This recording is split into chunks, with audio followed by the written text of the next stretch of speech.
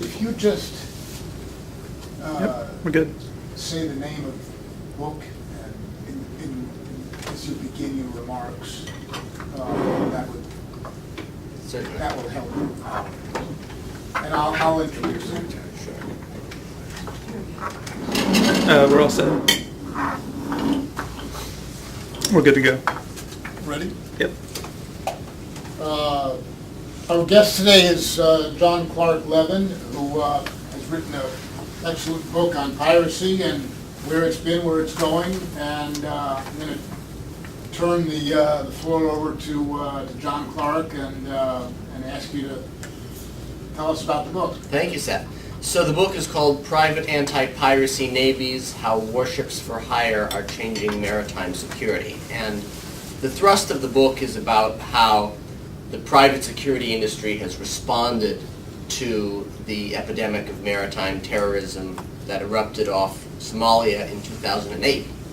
And at the start of that epidemic, the mindset in the international community was that naval responses, regular navies, could suppress this problem. So they sent several task forces to the region, gradually upped the level of response. More and more warships were sent to the waters around the Horn of Africa. And yet, as the years went by, 2008 turned to 9, turned to 10, the problem was actually getting worse and not better. And so during this period, the shipping industry realized that they were going to need to turn to private solutions to fill the gap between what warships could offer and the protection they needed. The reason that warships struggled to suppress piracy is there's a fundamental mismatch between what warships are good at and what pirates are good at. The warships that the world's navies have today were largely conceived and designed in the mid-1980s, when the presumed role would be either sinking Soviet submarines, shooting down Soviet aircraft, or engaging the Red Navy's surface fleet. And so these warships have fantastic capabilities in terms of their anti-air, anti-missile, anti-submarine capacity. But that makes them very expensive and few in number. By contrast, the pirates operate fast motorboats, skiffs, that may be worth between a few hundred and a few $1,000s. And so they can be very numerous, and they actually threaten an area larger than Western Europe. So the trouble was there were just too few warships with power concentrated too narrowly in order to protect maritime trade in that region. The comparison I like to use is soccer. Picture you have the greatest goalie in soccer, Iker Casillas, and he's defending the goal. If you have 10 7-year-olds all taking shots on goal simultaneously, even Casillas, the best goalie in the world, can't keep all those balls out of the net. Some are bound to get through, and that's essentially what we saw with the regular navies. They just couldn't keep all the balls out of the net. So in terms of private solutions, there have been two principal models that have been used over the past several years. One is having private guards embarked on the merchant ships, and the other is having armed escort vessels that sail alongside the merchant ships. And my book focuses on the escort vessels. The reason is that although the escort vessels are a minority of the private security market, it's mainly the embarked guards, the legal questions and the implications for future naval operations are much more interesting on the side of the escort vessels. The principal reason is that with the embarked guards, they are clearly subject to the law of the flag state of the merchant ship that they are protecting. So if it's Panamanian flag, the laws of Panama apply, or American flag, the American law applies. But with private escort vessels, it remains unclear under international law who might be responsible in the event that the private vessel shoots innocent civilians. It's unclear who has jurisdiction over any pirates who surrender in the course of an attack on an escorted vessel. And so over the past several years, the international community in the form of governments, NGOs, the shipping industry, the maritime insurance industry, and the private maritime security industry itself have all been working together, and sometimes at cross purposes, trying to tease out these thorny problems and figure out what sort of legal regime will simultaneously protect the innocent civilians that are in those waters, but at the same time allow private security enough freedom to be able to successfully defend against pirate attacks. So in the last 2 years, we've seen a lot of movement in that direction. There's now a standard called the ISO 28007 standard, which is for accreditation of private maritime security companies. So that is a rigorous process designed to allow people who hire private security, so the shipping industry and the maritime insurance industry, to judge which companies can provide competent and professional service, because it's not always clear that they do. During the 2010-11 period, there were a lot of companies getting into this industry that were not particularly competent. They would buy a Kevlar helmet, some body armor, an assault rifle, set up a website, and hire themselves out as private security guards. And it wasn't always clear just from the website whether they were the real deal or not. So the accreditation has been a big part of these regulatory and legal improvements, but also rules for the use of force. So there's now a standard called the 100 series rules, which attempt to encompass the common principles of self-defense law across various international systems. The reason for this is that unlike regular militaries, civilians using lethal force must do so under the self-defense paradigm. So if they want to have their action hold up in court, they have to make sure that they accord with principles of self-defense. So generally that means that their use of force must be necessary. So if they have a lesser means available, they must have exhausted that first or not have had it available in the first place. Also, it should be considered proportionate. So if there is a relatively small threat, you don't want to douse it in machine gun fire. There's a sense that there should be a graduated escalation of force. And the intent of that escalation is to either warn away innocent civilians or to dissuade pirates who are intending to attack before the conflict actually becomes a lethal exchange. So the 100 series is just starting to come online now. It's believed that will be a significant improvement. We've seen over the past 2 years, Somali piracy has dramatically reduced, although it remains a threat. A significant reason for that is the widespread use of private security. By 2012, a majority of major merchant ships in the region had some form of armed private security. But now we're seeing, just as piracy is falling off East Africa, it is spiking off West Africa. And the threat there is different and in many ways more violent because the signature attack there is different.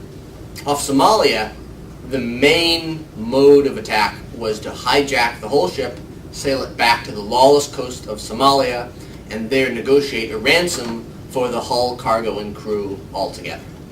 In the Gulf of Guinea, off West Africa, we see mainly Nigerian pirates who target oil tankers, will send a crew on to seize the ship, and then meet it with a smaller pirate-controlled tanker, and then basically connect umbilical cables between the two and siphon out several $1 million worth of oil and then sell it back on Nigeria's thriving black market for oil. Now, because they have the objective of stealing cargo rather than ransoming a safe and healthy crew, the Nigerian pirates have much less incentive to keep the crew intact. So they've been more careless with the lives of seamen, seafarers, and that has prompted the shipping industry to really think that they need protection there as well.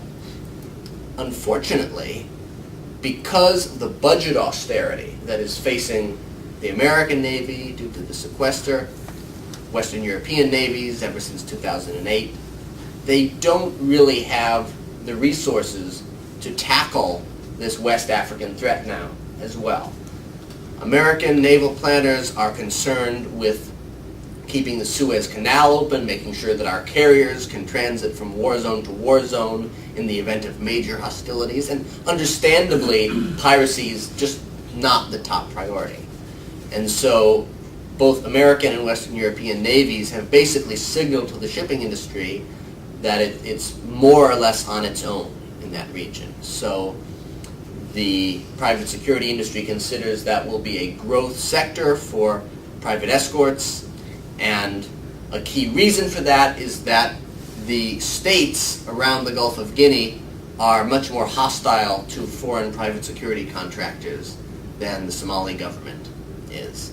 And so they do not allow foreign guards into their territorial waters. So that means if a tanker has a crew of embarked guards on board, they have to stop at the 12-mile limit and disembark that team in order to comply with Nigerian law. And if you're going to have another boat come and meet that team and take them off, the thinking is you might as well just have an escort vessel that can take them up to the limit. So that's essentially the piracy outlook at present. There are two other factors that really bear on the book quite a bit here. The first is the threat of maritime terrorism. In 2000 and 2002, there were major attacks in the East African region. There was the bombing of the USS Cole, where a small explosives-packed vessel sailed right up to an American warship and nearly sunk it. If it had not been for the timely action of the crew, could have. And then 2 years later, a French tanker called the Limburg had a similar attack. An explosives-packed boat sailed up, blew up against the hull, nearly sank it. For 8 years, it was quiet in those waters. No major maritime terrorism. But then there was a Japanese tanker called the M-Star, which had another of these attacks. And now the shipping industry is worried that we may see more of that in the future. Al-Qaeda has been shifting its center of gravity from Afghanistan and Pakistan toward Africa. So they have affiliates in Libya and Algeria and Mali and Nigeria and Somalia with their Al-Shabaab affiliate. And they have stated repeatedly their intention to target maritime shipping. So we know they have the intent. It seems that they have significant means. It's really a question of just whether they will pull it together, perhaps when they will pull it together to carry off one of these attacks, because the fallout from a supertanker blowing up would be much worse than the fallout from one just being hijacked and out of commission for a couple months. And so, given the defensive needs of those two kinds of attack, piracy versus maritime terrorism, with piracy, the pirates are essentially rational criminals. They're in it for the money. So if you can deter them with significant risk to themselves, they'll just find softer targets elsewhere. Whereas terrorists are fanatical and driven. If it's a suicide mission, dying is the point. And so they're not going to be dissuaded by just the threat of being shot. They actually have to be neutralized in the water during the approach to a merchant ship, which is a much greater tactical challenge. And so if we see maritime terrorism resurging off either coast of Africa, that suggests that there will be much more of a push for escort vessels, because those are capable of engaging suspicious boats at a distance and, if necessary, neutralizing them before they can get to the target merchant ship. The second thing that bears on the book quite a bit, unfortunately, is not actually in the book. This was announced the very day that the copy was finalized, to my mixed chagrin and relief.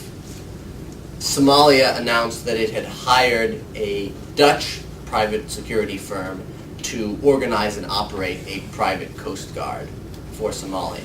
And there had been several initiatives like that in the past that hadn't turned out so well, but it remains to be seen. We may see this actually come to fruition. So that's another angle on the private naval question. Instead of having shipping companies hire these for their own protection, we may see, in addition, developing nations hire, in effect, private coast guards for themselves for the purpose of policing their own waters if they are not able to do so. So that's essentially the outlook, and I welcome any questions you have.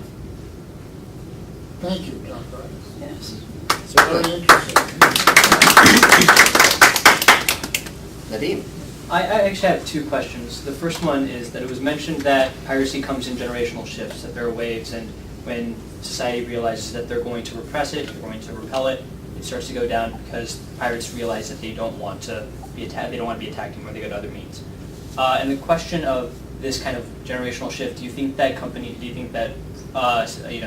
are going to start having private security forces for the foreseeable future? Is it going to be a definite part of the maritime industry, or is it just going to go away as the problem subsides? The second question is dealing with the terrorist aspect.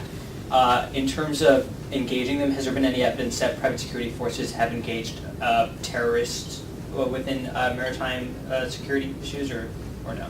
Taking the second question first because it's easier, as of yet, it does not appear that any maritime terrorist attacks have been thwarted by private security.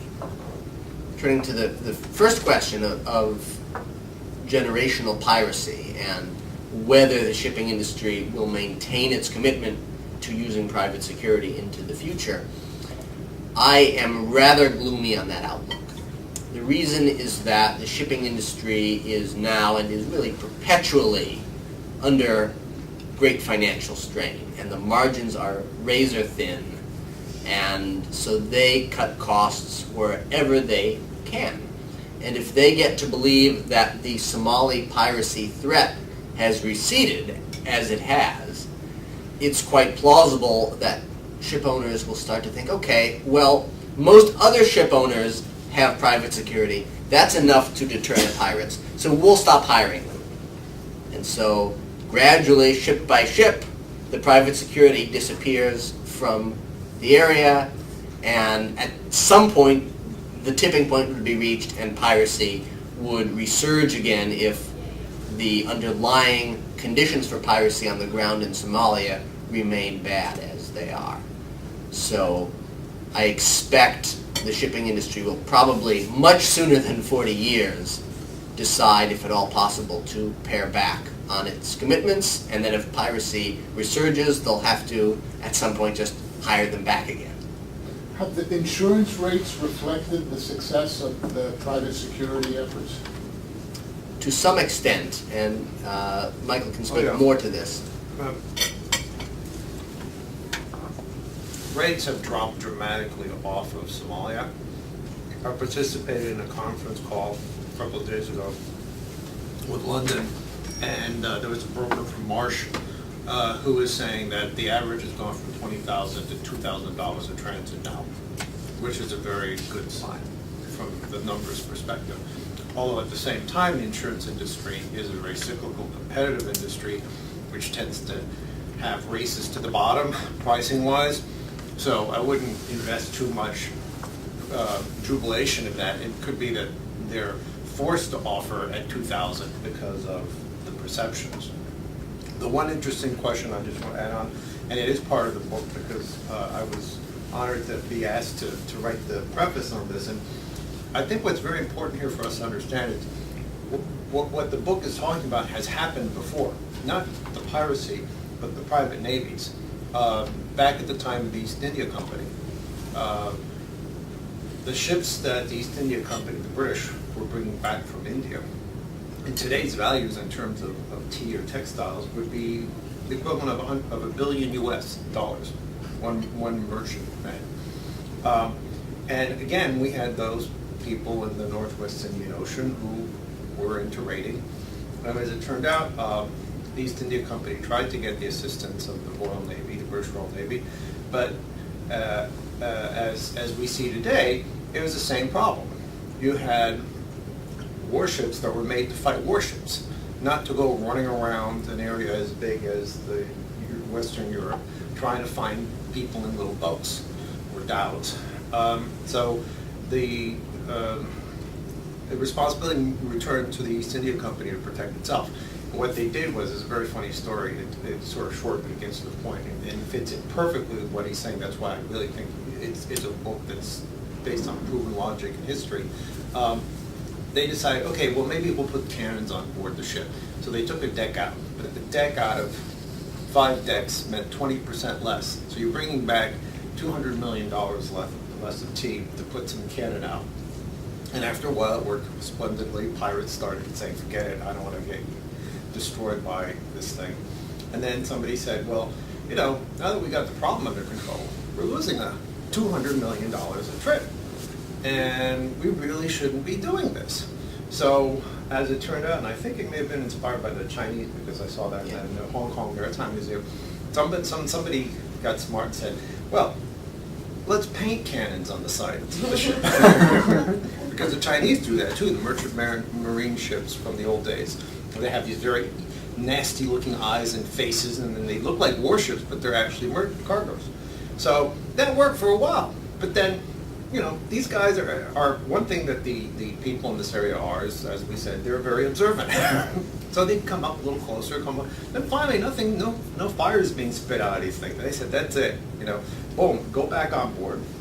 So they go back, and this is, I think, where we're at this point now, where we're going to see it. There's a little ahead of the point, but people in these new companies say, okay, we're taking losses again. So what are we going to do? And this is where the idea germinated, I think, of the private navy, because they found what they would do would be, instead of having every ship having either just painted cannons or real cannons, it was every 4th or 5th ship that would actually have cannon. So they turned it into Russian roulette for the pirates. And it started having a very strong dissuasive effect. And then what they also did was they developed squadrons of pirate hunters. These were ships that would actually go out and look for pirates. And they rented these ships and crews from the Indian princedoms. The Indians would serve as a private navy of the East India Company. And they were so successful that they really nailed the problem. They did it cost effectively because they had the balance between protection on board, plus they had the escort vessels, as well as one thing we can't have today, though, and I was wondering if you comment about this. The one true thing about a Navy that we don't see is that you have the ability to be aggressive. Yes. And whereas these things, I want that to be understood, these escort vessels, these private navies, do not have that under the present legal sphere. I mean, and I don't even think that anybody would want that. I'm not aware of what you talk, because that's a big legal landmine issue. And if insurers find out that the company goes out hunting pirates, go ahead. Well, the prevailing paradigm under which private security can use lethal force is self-defense.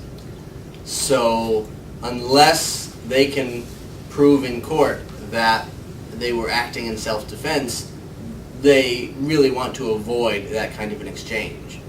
So that's what motivated regimes like the 100 series rules for the use of force, which are carefully structured to ensure that by following a prescribed escalation of force, deliberate steps, the private security can ensure that they are acting in a way that's consistent with self-defense laws in relevant countries. I want to make one last legal point here, and this is very important too. It's not the same as in the past, but so we don't recreate. I don't want everybody here getting up and going like, let's do an East India Company and get Johnny Depp and go out there and get you guys. No. There is a problem also. I've talked to people who are actual bosses of the gunslinging operations, and the best ones, in my opinion, are the Americans. I really think that they've got the highest standards. The British, off the record, just sort of like are too much into feeling comfortable like they own the market. And now since the Iraq and Afghanistan wars, we have an excess of American combat men who have a lot of experience and know how to deal with terrorists as well as other forms of non-conventional warfare. I think they're very, very well suited to be manning these groups. One of my friends, a former Marine, was telling me he's not totally convinced that those laws, even the rules, would totally protect his men if he took a shot at a Somali. And just let me play the scenario through here for you. We're rebuilding Somalia. We're giving them a political system that's democratic, that allows elections. We're giving them a court system. Somali law is based on three principles. There's a Western sort of overlay, there's Sharia in the middle, and then there's local custom from the Somali clans going back thousands of years. And both in terms of the Sharia and the Somali custom, taking a life cannot be forgiven by affirmative defense. You took a life, period. It's a bright line rule. And probably the Sharia would allow a certain amount of equity and compensation, whereas at the more basic level, the Somali rules are if you kill somebody, you've just done something which is the cardinal sin. And it's not seen it in terms of taking away an individual. You've taken away a life that was an asset for the clan, for this greater unit. And you must compensate the clan for that taking. And you either offer the family, the survivors, X number of camels or whatever it is. I mean, it's for real. That's their measure of unit of measure. Or you let them kill the person. And the way it's been conducted during the 20 years of anarchy in Somalia, where somebody's son or somebody was killed and somewhere taken, not maybe an accident, but in some intentional shooting. They've actually tied people up to trees and let the mother of the dead person shoot the guy tied to the tree at point blank with an AK-47, and she can empty out the magazine until she's got this guy plugged. And that's seen as that's the way we resolve this. So my friend is saying, what if I have guys now who follow these rules, and we have a functioning Somali system, and then we wind up finding that we shot somebody who wants to have traditional justice back on land? What do? How do we do? Are we going to have to start buying a lot of, camels on the spot market going forward or something, or having really damn good lawyers in Somalia to argue, please don't make us go through this? And I only raise the point because according to him, there have been cases already of, I won't mention names, but I think I told you, at least one American firm that has Brits also in it, that has been approached at least a couple of times by Somali families saying, you shot my kid when he came up against the ship that you were protecting. We want justice. And they have actually settled out of court so as not to get sued even in the United States. It would be interesting to see a judge in the Southern District of New York applying Somali law. I mean, I don't Well, that is another worry, though, because relatives of either innocent civilians or even legitimate pirates shot, who maybe live in the United States, could bring an action against an American private security company in American courts for a shooting that takes place 500 miles off the coast of Somalia. So that's really something that our courts do not want to get into. And so one of the advantages of the 28007 accreditation regime is that it sets in place better procedures for documentation of incidents. So that means there is continuous video recording, audio recording from multiple angles as an incident unfolds. So that way there's at least some objective standard that a judge in Hamburg or Norfolk, Virginia can look at, rather than just the word of the family versus the word of the private security, because that's not something that courts are equipped to adjudicate.